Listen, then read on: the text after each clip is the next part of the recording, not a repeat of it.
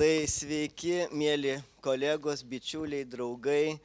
Tikrai smagu matyti dalį jau kasmet, dalį dažniau ir tikrai manau, kad šitas renginys yra skirtas tam, kad kiekvienas išsineštumėt kažką įdomaus, jaukaus ir kartu prasmingo. Aš šiandieną parinkau temą, kad pabandytumėm šiek tiek panagrinėti, ar skiriasi psichosomatika nuo somatopsichikos. Ar kas nors anksčiau esate girdėję somatopsichika terminą? Pakelkit rankas. Tai va, dėkoju. Medikai, psichologai tikrai šitą yra girdėję. Plačiau apie tai pradėta kalbėti psichoneuroendokrinologų renginiuose tarptautiniuose. Kad vis tik ne tik tą, ką galvoju, veikia mano kūną, bet tai, kas vyksta mano kūne, gali veikti smegenis, savijautą ir netgi nuotaiką. Ir kai mes kalbam apie tą takoskyrą, psichosomatika ir somatopsichika, pasakyti, kuris didesnis tortas, iš tikrųjų yra sudėtinga.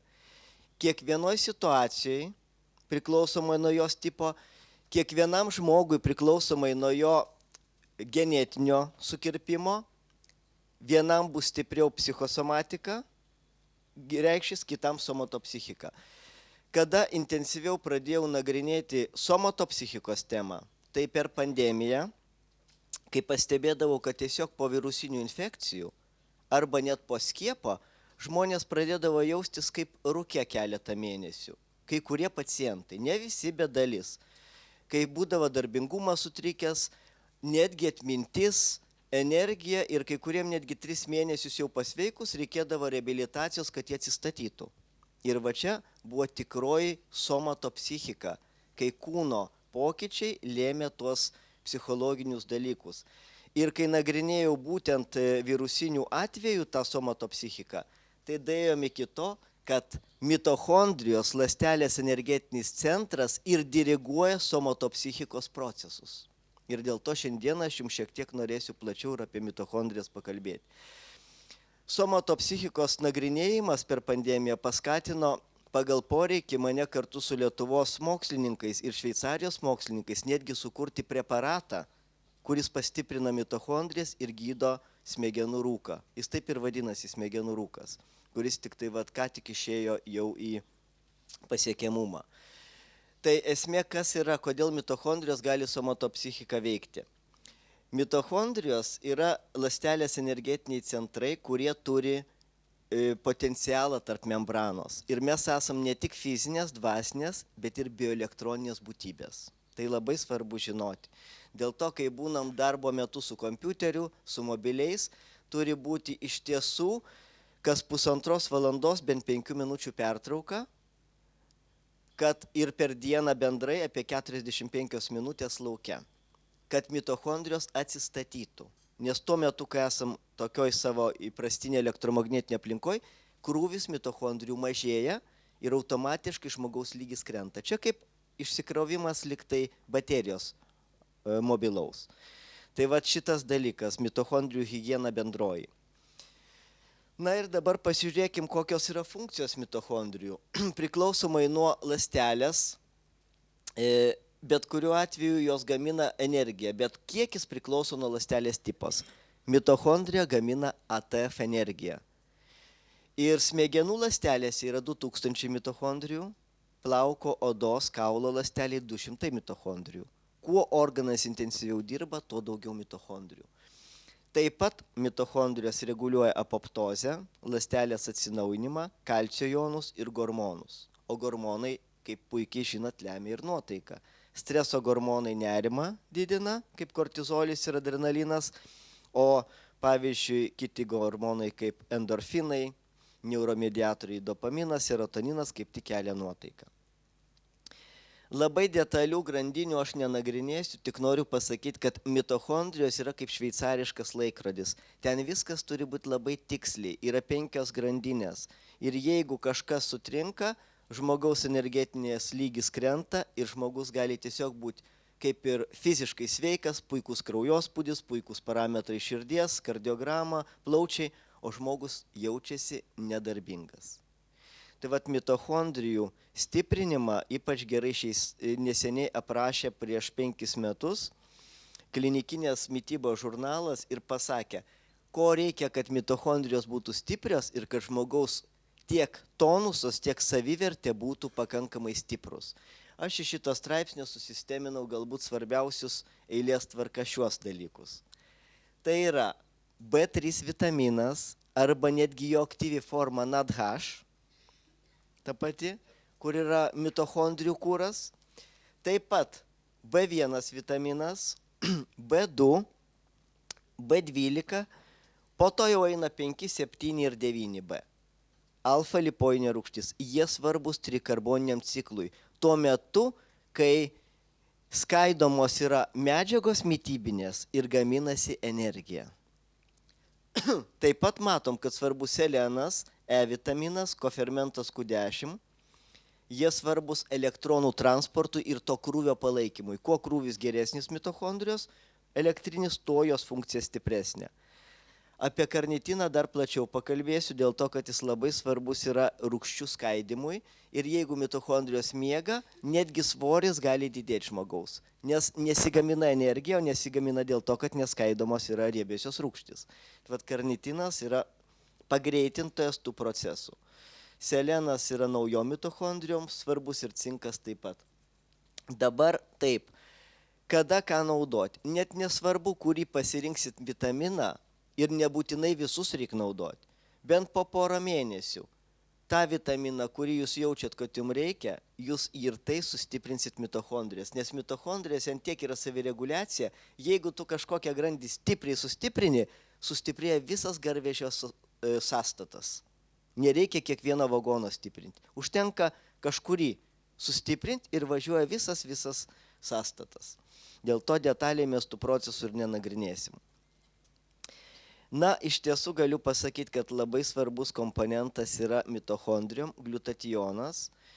Ir pastebėjau, kad jeigu žmogus naudoja gliutationą, tai jis taip ir sako, kad jo psichologinis nuovargis, ypač protinio darbo metu, būna netoks intensyvus. Gal ir patys esat kažkada išbandę. Tai iš tiesų galbūt irgi yra viena iš top molekulių, o mechanizmai labai paprasti. Jeigu yra pakankamai gliutationo mitochondrijui, jisai nukenksmina laisvuosius deguonies radikalus, tuos šlakus, ir tuomet ląstelė puikiai funkcionuoja. Jeigu mažas kiekis gliutationo, šlakų kiekis labai didelis būna ir ląstelė tiesiog gali susinaikinti. Perteklinis ląstelių susinaikinimas lemia organo funkcijos susilpnėjimą. Jeigu kalbam apie smegenis, tai reiškia tą tokį blankumą vadinamąjį.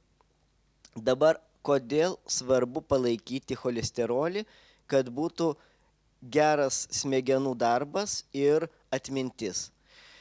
Pasirodo, jeigu cholesterolis yra tikrai per didelis sveikam žmogui ir jeigu nėra kažkokių rizikos faktorių, geriausiai palaikyti iki 7, kad nebūtų virš 7.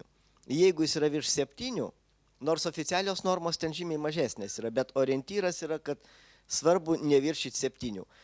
Kai yra per daug mitochondrijose cholesterolio, tai tiesiog mitochondrijų darbas stringa ir tiesiog netgi šitie visi gliutationo komponentai gerieji nesugeba ląstelės apsaugoti nuo susinaikinimo. Tai vat reiškia, buitiškai tariant, kai kurie mokslininkai net įvardina, kad kai cholesterolio per daug, mitochondrijos yra lyg girtos. Jos iš tikrųjų plaukioja ir jų iš tikrųjų tas aktyvumas yra žymiai mažesnis. Pasakykit, ar yra žmonių, kurie dirba daugiau per dieną negu 4 valandas prie kompiuterio? Pakelkit rankas.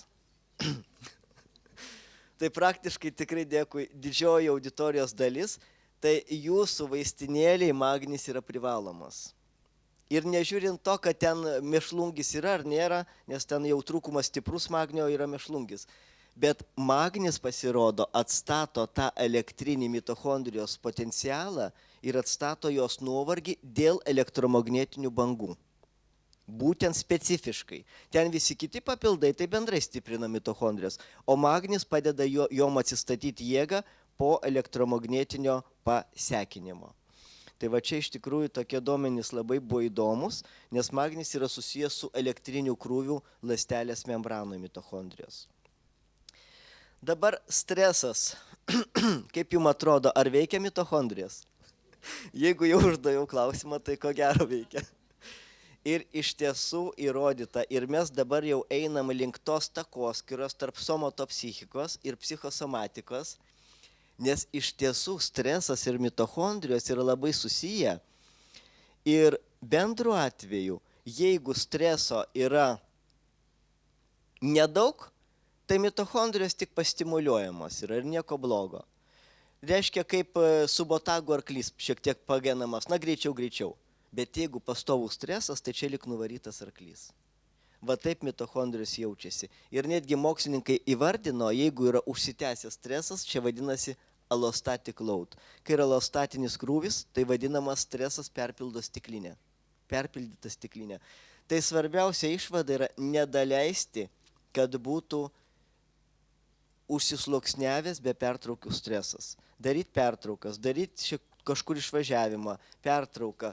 Kažkas turi būti praskiestas ta stresinė situacija, jeigu jinai užsitęsia kaip rutina.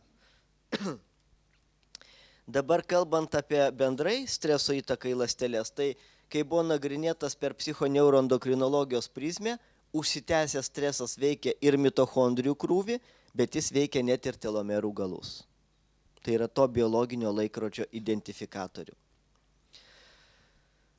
Dabar dar keli žodžiai, kaip sustiprinti galim mitochondrijas. Per tą somato psichiką, per kūno sustiprinimą, kaip sustiprėja žmogaus tas atsparumas, vidinis atsparumas.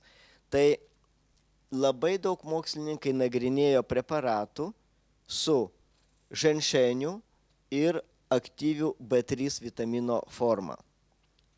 Reiškia, tiek straipsnių, čia kiekvienas šitas, čia yra autorių straipsniai, kurie parodė, kokią grandį atstato mitochondrijų šie preparatai.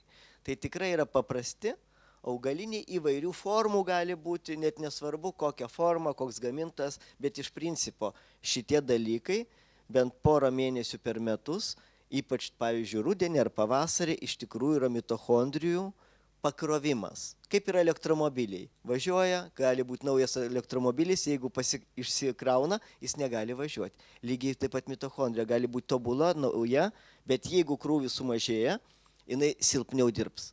Dėl to tas pakrovimas tikrai turi savo prasme. Ir dabar, kai perėjom apie tą kalbą, mitochondrijų būtent gamybą, mitochondrijų energiją ir psichologinę būseną. Pasirodo, kad jeigu mitochondrijos yra ramioje atmosferoje, žmogus yra įprastiniai savo kasdienybei, tai mitochondrijos dirba energy production mode, gamina energiją daugiau. Jeigu žmogus yra užsitęsusio streso būsenai, mitochondrija pereina į defense mode, į apsauginį lygį, kad nukenksmintų streso pasekmes ląsteliai. Ypač laisvuosius deguonies radikalus. Ir va čia paaiškinama, kodėl užsitęsus stresui mitochondrija nusėda ir žmogus tiesiog gali jausti silpnumą, nors jis dar nepradėjo netgi dirbti dienos eigoje. Tų priežasčių silpnumo pirmoji dienos eigoje gali būti begalė. Ir antinkščių funkcija, ir skydliaukė, ir taip toliau. Bet viena iš funkcijų gali būti mitochondrijų krūvis sumažėjęs dėl streso. Dabar kaip šitoj situacijai padėti žmogui? Tai vėlgi gali būti psichologiniai dalykai, kad žmogų tiesiog reabilitacija, konsultacijos, neuroedukacija ir taip toliau. Bet tai yra ilgesnis procesas. Galima tą patį padaryti per fizinę plotmę, pamaitinti mitochondrijas ir jo tą savijautą ir atsparumas stresui taip pat sustiprėja. Tai vat geriausiai yra derinimas abiejų kartų. Ir mitochondrijų stiprinimas per tą somato psichinę sferą, per somatinę ir tam tikrą žaliavą, kas stiprina mitochondrijas, bei per psichosomatinę prizmę, per psichologinius dalykus. Ką reiškia per psichologinius dalykus? Jeigu žmogui mažėja stresas, mažėja depresiškumas, mitochondrijos pradeda atsistatyti be jokių vitaminų. Ir va šitą demonstruoja šitą studiją, kuri tyrė rimtus depresijos atvejus ir mitochondrijų disfunkciją. Pas pacientus, kurie sirgo nuotaikos sutrikimais, diagnozuotais, buvo ištirta mitochondrijų funkcija jau su moksliniais ten parametrais, sudėtingais, elektriniai krūviai, pralaidumas, ATF gamyba ir kiti dalykai buvo tyriami. Pasirodo, kad šita studija tyrė jau grinai farmakologinius antidepresantus. Paskyrus antidepresantų žmogui pradėjo gerėti funkcija mitochondrijų. Tai aš sakyčiau, čia jau prasideda psichosomatikos komponentas, dėl to, kad nesvarbu, kad jie taikė per farmakologiją.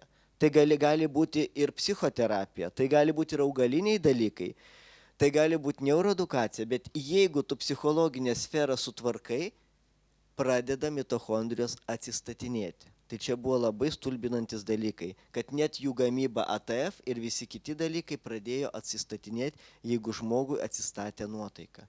Nes esmė buvo ne tai, kad patys antidepresantai, jie neturi poveikio mitochondriją, bet per psichologinę sferą atstačius mitochondrijos prasidėjo jų regeneracija. Čia buvo labai įdomus dalykai. Tai mes matom, kad mitochondrijos yra abiejų krypčių. Tiek psichika veikia jų funkciją, tiek fiziniai dalykai veikia jų funkciją ir galiausiai yra žmogaus savijauta. Ir net nesvarbu, kaip, ypač dirbant neuroedukacijų, nesvarbu, kokį metodą jūs parinksit. Jeigu jis tam žmogui labai tiks ir bus efektyvus, net ne tą konkrečią problemą sprendžiant, jo gali daug kas susitvarkyti gyvenime. Daug kas dėl to, kad organizme yra sistemų teorija. Sistemos tarpusavį yra persidengusios ir daug kur yra savireguliaciniai procesai. Lygiai taip pat, jeigu žmogaus organizme ten sutrinka, pavyzdžiui, pa žmogų yra žaizda ir infekcija. Jeigu išgydyt žaizdą, tai gali tiesiog žmogaus imunitetą sustiprėti ir tą infekciją pats nukauti. Tiesiog kažkokį pirmą žingsnį reikia žengti ir organizme įvyks savireguliacija. Tai vat esmė tai paaiškina tą sistemų teoriją. Dabar ką norėčiau dar pasakyti, kad pasirodo netgi skausmo jutimą įtakoja neuromediatoriai. Tai yra tikroji psichosomatika. Dėl to, kad jeigu gerai jautiesi, jeigu nuotaika geresnė yra oksitocinas ir serotoninas, tai žmogaus netgi skausmo slenkstis pakyla ir jisai netgi į danties rovimą, į veną punkciją netaip stipriai reaguoja. O dėl to, kad neuronai, kurie yra oksitociną ir serotoniną skatinantis, jie veikia būtent slopinančiai skausmo kilimo takus nervinius į smegenis. Kaip jums atrodo, jeigu yra depresija ir jeigu yra skausmas, ar depresiškumas didina skausmo pojūtį? Taip, ne vienas tyrimas įrodė, kad depresiškumas ir nerimas padidina skausmo pojūtį. Bet yra labai įdomus dalykai, apie kuriuos gal ir negirdėjot, kad pasirodo uždegiminis fonas organizme, lėtinis uždegimėlis, didina depresijos riziką. O buvo nustatyta tai atvirkštiniu būdu. Paskyrus žmogui nuo sąnarių skausmų ar nuo kitų prieš uždegiminius vaistus, sumažėjo žmogui depresija. Ir va šita studija man labai padarė didelį įspūdį. Pasirodo, kad skiriant prieš uždegiminius vaistus, depresiškumas mažėjo ir top medžiaga pasirodo čia yra diklofenakas. Diklofenako vartojimo metu 2,5 balo tik buvo depresiškumo, kontroliniai grupiai buvo 5 balai. Tai pasirodo, kad uždegimas neleidžia triptofanui virsti į serotoniną. Kai uždegimas sumažėja, triptofanas gali virsti į serotoniną, į laimės molekulę ir gali pakelti nuotaiką. Tai kad nuotaikos korekcijos metu, ar tai yra lengvi sutrikimai ir skiriamas tas 5-HTP. Ir netgi jeigu yra lengva depresija arba vidutinė, turi būti sumažintas uždegimas, jeigu jau depresijos atveju SSRI vaistai, serotonino reabsorbcijos inhibitoriai. Ir jie tada geriau veiks, jeigu uždegimas mažėja. Čia neįdėjau studijos, bet netgi su žmonėm buvo tyrimai, kad jeigu skiriami prieš uždegiminiai, žmogus geriau atstato savo nuotaiką. Kita sfera - testosteronas. Kaip atrodo veikia biologiniai dalykai nuotaika. Pasirodo, nei per daug, nei per mažai negerai. Per didelis kiekis testosterono pas vyrus pasirodo narcisizmo riziką didina, kai jau kas aš toks iškart žmogus nori parodyti. O per mažas irgi blogai, pasirodo depresiškumo rizika yra.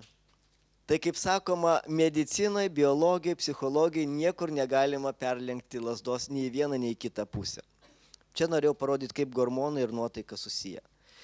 Ir iš tiesų stresas per tikrąją psichosomatiką, galiu pasakyti, kas yra psichosomatika. Tai spaudimas padidės, migrena, galvos skausmai. Tai įrodyta, kad kai yra neišspręsti konfliktai ir kai tyrimas rodė pora gyvenanti jau daug metų kartu viens kitam priekaištauja, eksperimentas buvo, kad jie turėjo susitikti poroj ir diskutuoti kažkokią situaciją. Ir jeigu jie turėjo konfliktinę situaciją, netgi suvaidinta, jau kilo uždegimo lygis, didėjo kraujotakoj uždegimas ir visos šitos molekulės netgi aktyvavosi genų lygyje tų uždegiminių molekulių aktyvumas. 20 konflikto minučių metu. O tos poros, kurios diskutavo visiškai neutraliais dalykais, neįsijungė labai į emocinę ginčą, jų uždegimo parametrai iš tikrųjų buvo žemesni. Ir čia labai apčiuopiamai yra. 20 minučių konflikto, taurė mini nuodų.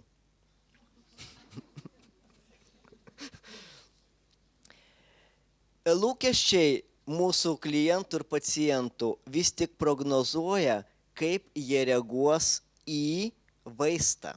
Dėl to, kai jūs savo metodą paskiriat žmogui, ar tai psichologinė, pavyzdžiui, reabilitacija, ar tai vaistai, ar neuroedukacinis metodas, paaiškinkit mechanizmą ir tikrai žmogui parodykit, kad tai efektyvų, kad jis tą suprastų. Dėl to, kad tyrimas parodė, kai žmonėm davė labai gerą antidepresantą, acetolopramą, bet vieniem pasakė, jūs naudojat acetolopramą, o kitiem pasakė, jūs naudojat šiaip labai lengvą kažkokį papildėlį. Nors visi gavo vienodą. Tai tie, kurie žinojo, kad labai gerą gauna, jų padidėjo ir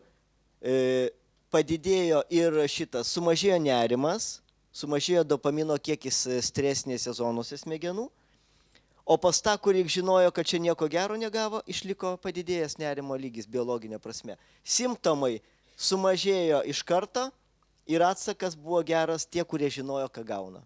Įsivaizduokit, abi grupės vienodai gavo. Tie, kurie žinojo, kad gerą dalyką gauna, sureagavo biologiškai ir psichologiškai. Tai kad labai svarbu paciento lūkesčiai, įsiklausimas ir kad jie patikėtų, kad jiem gerės. Na ir iš tikrųjų, apie tai, ką mes darome, mes žinom, kad sinapsės formuojasi įgūdžių metu, bet pasirodo, darykim šitą su žaismingumu. Pasirodo, kad nauja sinapsė susiformuotų, reikia 400 pakartojimų. Jeigu tai daroma žaidžiant, užtenka 10-20 pakartojimų ir jau sinapsės naujos formuojasi. Epigenetika skatinama žaismingumo metu. Na ir jau einam į pabaigą visai, tai kad tilpti į laiką, noriu pasakyti, kad vis tik ir mokslas turi savo pažinimo ribas. Mokslas dar nežino, ką reiškia tyla, nes pasirodo tyloj pa žmogų gali būti ir mintis, ir idėjos, ir garsai, ir net spalvos. Ir tai nėra haliucinacijos, bet tai yra smegenų procesingas, kai smegenys pas kūrybingą žmogų tyloje pradeda veikti 3 kart intensyviau negu pas nekūrybingą. Ir skaitos investavimas į savo kūrybingumą, čia investavimas į nuobodulio prevenciją. Netgi buvo tyrimas padarytas, kai reikėdavo aerouoste laukti 3 valandas. Kūrybingam žmogui, net ramiai sėdintis, viskas sau dėliojasi, žiūris, tas laikas žymiai greičiau praeina. Nekūrybingam tai būdavo didelė našta ir katorga. Tai kad ką, kaip sakoma, pasėsi, tą ir pjausi. Tai kiek mes tobulėjom, kiek ugdom save, niekas veltui nepraeis. Ir aišku, mokslas eina į priekį ir mes daisim iki to, kad tikrai tie kvantiniai procesai sąmonės bus dar labiau suprasti, dar labiau paaiškinta minčių įtaka į sveikatą ir į tą psichosomatinę prizmę. Per kitą prizmę galbūt kitais metais kalbėsim, nes mintis yra vibracija. Ląsteliai taip pat tarp atomų yra vibracija kvantinė. Tai kad tai yra tikrai susiję procesai ir jau pirmieji straipsniai yra publikuoti. Taigi apibendrinant noriu pasakyti, kad psichika ir somatika tai yra dvi mėnulio pusės ir kurias pažįstant mes galim geriau pažinti tiek save, tiek aplinkinius, tiek visą visatą. Tai labai dėkoju už dėmesį. Dėkoju Danieliau už įdomų šio ryto pranešimą ir aš dar paprašysiu pabūti kartu su manim scenoje, kadangi mes turime klausimų ir pabandysime taip į juos atsakyti. Taigi, klausimas, ar yra tyrimai, kuriais galima pasitikrinti savo mitochondrijų būklę? Endobiogenikoje mes tiesiog darom testą kreatinkinazės ir laktadehidrogenazės. Kreatinkinazė ir laktadehidrogenazė. Ir santykis turi būti, kad laktadehidrogenazė 3 kart didesnė turi būti.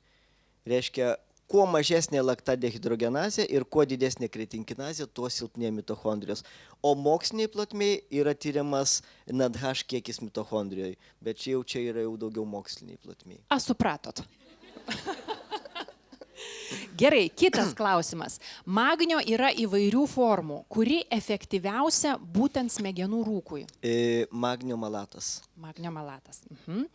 Ar organizmas lengvai pasisavina L-gliutationą vartojant kaip papildą? Lengvai, jeigu jis yra liposominiai formai. Kaip man patinka tokie konkretūs atsakymai. Kaip praktiškai stiprinti mitochondrijas? Per maistą, gyvenimo būdo patarimus, tai mes jau šiek tiek girdėjom, ar ne? Mes šiek tiek pasišnekėjom, tai yra ir ritmas, ir papildai, ir galbūt tas režimas toksai. Galbūt to išvada dar pasakyčiau streso atveju reinterpretacija. Jeigu yra kažkokios situacijos, pamatyti, o ką man net išmokė ta situacija. Čia ir neuroedukacija padeda pažvelgti kitų kampų. Taip, klausimas, ar magnį irgi gerti po 2 mėnesius ir po to daryti kartojimą, kaip geriau? Įvairios labai gali būti schemos. Gali būti, kad, pavyzdžiui, mėnesį geriama, o paskui savaitę kelis kart va taip išgeriama. Gali būti 2 mėnesiai, kas pusę metų. Tos schemos nėra universalios. O galima perdozuoti magnio? Galima, jeigu naudoti po 1000 mg kasdien virš 3 mėnesių, tada galima perdozuoti. Dėl to geriausiai naudoti iki 400 mg. Kaip miego kokybė, reguliarumas miego įtakoja mitochondrijas? Labai stipriai. Tiesiogiai. Ok, gerai. Ar gali po 5-HTP vartojimo atsirasti galvos svaigimas kaip pašalinis poveikis? Gali, dėl to, kad tai užkyla serotoninas, kai kuriem gali būti net ir migrenos skausmas galvos, gali būti sudirginimas, rankų virpėjimas, čia yra papildas, bet jis turi savo ir privalumų, ir rizikų, reikia atkreipdėmėsi, nors tai labai reti atvejai. Ar smegenų rūkas galėjo atsirasti dėl to, kad smegenyse buvo pažeistos mitochondrijos, dėl vakcinos, viruso poveikio ir kokia tikimybė joms pilnai atsistatyti? Tai taip ir būna, tie dalykai ir slopina, nebūtinai net pažeidimas, bet funkcijos susilpnėjimas, o realiai dažniausiai jos atsistato pilnai, kai kuriem iš karto po sirgimo ar skiepo, o jeigu ilgiau, tai tikrai po 3-6 mėnesių praktiškai pas visus atsistato, net jeigu ir buvo smegenų rūkas. Labai išimtiniai atvejai, su genetiniu polinkiu, kur būna, tai ten gali būti ir ilgesnis, bet tada žmogus turi kreiptis jau į neurologą, endobiogeniką ar į specialistus. Žodžiu, viltis yra? Yra. Taip. Kaip stiprinti pavargusio pradinuko mitochondrijas? Čia turbūt klausimas labiau apie tai, kaip vaikams padėti, nes buvo klausimas ir apie magnį vaikams. Ar jo galima, kiek galima? Magnio galima, reikia žiūrėti pagal dozuotę vaikam. Iš esmės bendrai, tai yra viskas, kas sveikatina žmogų, jeigu pradinukam. Ir mitybą žiūrėti, ir gamtoj buvimas, ir galbūt, kad vaikas ne per ilgai būtų socialiniuose tinkluose, tai viskas kompleksiškai, žinokit. Vieno atsakymo nėra. Ir priminkit, Danieliau, kaip vadinasi jūsų minėtas išrastas vaistas nuo smegenų rūko? Taip ir vadinasi smegenų rūkas. Dėkui, Danieliau, Ačiū labai. Pranešimą, dėkui jums už klausimus.